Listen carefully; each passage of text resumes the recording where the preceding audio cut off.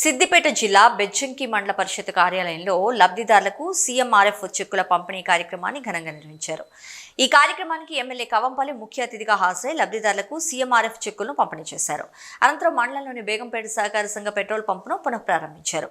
ఈ సందర్భంగా ఏర్పాటు చేసిన సమావేశంలో ఎమ్మెల్యే కవంపల్లి సత్యనారాయణ మాట్లాడుతూ కోఆపరేటివ్ సొసైటీ ఆధ్వర్యంలో ఉమ్మడి కరీంనగర్ జిల్లాలో రైతులకు ఎంతో మేలు జరుగుతుందని, పెట్రోల్ పంపు రైతుల ప్రజల మేలు కొరకే ఈ ప్రాంతంలో ఏర్పాటు చేయడం జరిగిందని అన్నారు. పెట్రోల్ పంపును కాపాడుకోవడం రైతుల విధి అని, వ్యాపారం ఎక్కువ సాగితే మరి రైతులే ఎక్కువగా లాభపడతారని పేర్కొన్నారు. ప్రభుత్వ ఆధ్వర్యంలో నడిచే పెట్రోల్ పంపు కాబట్టి కల్తీ పెట్రోల్కు ఆస్కారం ఉండదని ఆయన స్పష్టం చేశారు.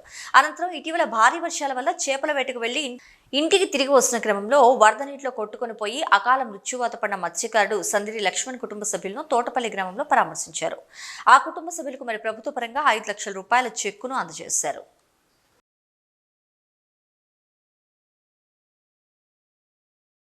ఈ బంకు నుండి ఉంటే ఎక్కువ వ్యాపారం జరిగితే లాభం ఎక్కువ వస్తుంది. ఆ లాభం ఎక్కువ వస్తే రైతులకు ఉపయోగించవచ్చు.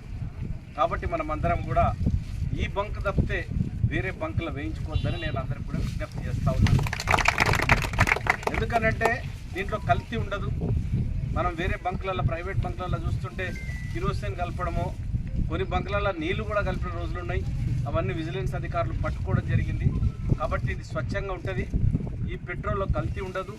ఒక ప్రభుత్వ సంస్థ అయినటువంటి సహకార సంస్థ నడుపుతూ ఉన్నది. కాబట్టి మనమందరం కూడా దీని అభివృద్ధికి మీరు కృషి చేయాలని కోరుతా ఉన్నాను. ఎందుకంటే అన్నగారు అన్నీ చెప్పినారు. రవీంద్ర అన్న గారు ఏ విధంగా ఉన్నది, ఈ బ్యాంక్ ద్వారా ఎన్ని ఇస్తూ ఉన్నాం, ఎంత లాభాల్లో ఉన్నది. 7,000 కోట్ల రూపాయలు కరీంనగర్ బ్యాంక్ అప్పులను ఇవ్వడం జరిగింది. డిపాజిట్లు 3,000 రూపాయలు ఉన్నాయి. 3,000 కోట్ల రూపాయలు. కాబట్టి మనమందరం కూడా ఇంకా దీన్ని అభివృద్ధి చెందడానికి సహకరించాలని మనమందరం కూడా దోహదపడాలని కోరుకుంటూ పాటు చాలా ఏం పని లేక సపరేట్గా మూసిపారు. ఇదే సమయంలో కేంద్రంలో కొత్త మంత్రిత్వ శాఖ రావడం, దానికి అమిత్ షా లాంటి పెద్దోడు నంబర్ 2 ఇండియాలో ఆయన మంత్రి కావడం, ఇవన్నీ కూడా మన సహకార వ్యవస్థకు నేను అదృష్టంగా భావిస్తాను. ఆయన వచ్చిన 3 సంవత్సరాల్లో అనేక కార్యక్రమాలు, సహకార వ్యవస్థను బలోపేతం చేయడానికి అనేక కార్యక్రమాలు చేస్తున్నాడు. ఎందుకంటే ఆయన కూడా ఒక జిల్లా బ్యాంక్ అధ్యక్షునిగా పనిచేశాడు. అహ్మదాబాద్ జిల్లా దానికి జిల్లా అధ్యక్షునిగా పనిచేశాడు. హోంమంత్రి అయ్యేదాకా గుజరాత్ రాష్ట్ర సహకార బ్యాంక్ డైరెక్టర్గా కూడా పనిచేశాడు. కాబట్టి సహకార వ్యవస్థ మీద ఆయనకు బాగా ప్రేమ మక్కువ ఉన్నది. కాబట్టి ఆయనే ప్రత్యేకంగా మంత్రి రాగానే ఆయనే డైరెక్ట్గా ప్రైమ్ మినిస్టర్ గారిని అడిగి దానికి